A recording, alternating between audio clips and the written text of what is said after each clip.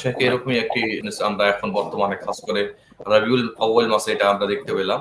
সেটা হচ্ছে এই যে, যে আমলকে আমরা মুস্তাহাব বলে দিয়েছি, ওয়াজিব না, ফরজ না, শুধুমাত্র আমরা বলে দিয়েছি মুস্তাহাব। এখন মুস্তাহাব যে আমলকে আমরা বলছি তার পিছনে কিন্তু রয়েছে আমাদের নিয়ত যে সেখান থেকে আমরা নেকি পাবো। সেটা আমরা ভালোর জন্য করছি, ইবাদত মনে করে করছি।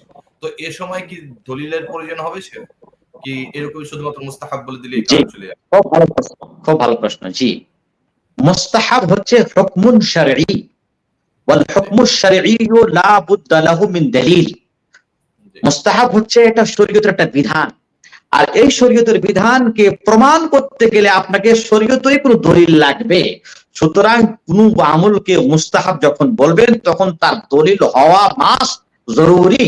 যদি ওর দলিল না থাকে তাহলে যদি আপনি যদি মুস্তাহাব বলেন, তার মানে হলো এটা আপনার কাছে মুস্তাহাব, আপনার অন্তরের ফতোয়া বা আপনার মনের কথা, শরীয়তের মুস্তাহাব না। যখন আমরা মুস্তাহাব বলি তার মানে হলো যে শরীয়তের মুস্তাহাব, আর শরীয়তের মুস্তাহাবের জন্য দলিল ছাড়া মুস্তাহাব হয় না। সুতরাং যেই ভাইরা রবিউল আউয়াল মাসে কোনো এমন কোনো কাজকে, যে কাজকে তারা মুস্তাহাব বলে, বা যার দ্বিতীয় অর্থ সুন্নত, বা যার তৃতীয় শব্দ হচ্ছে কি মানদুব, হ্যাঁ, এগুলোর দলিল হওয়া একান্ত জরুরি। দলিল ছাড়া মানদুব, মুস্তাহাব, সুন্নাহ বলা যাবে না। জি।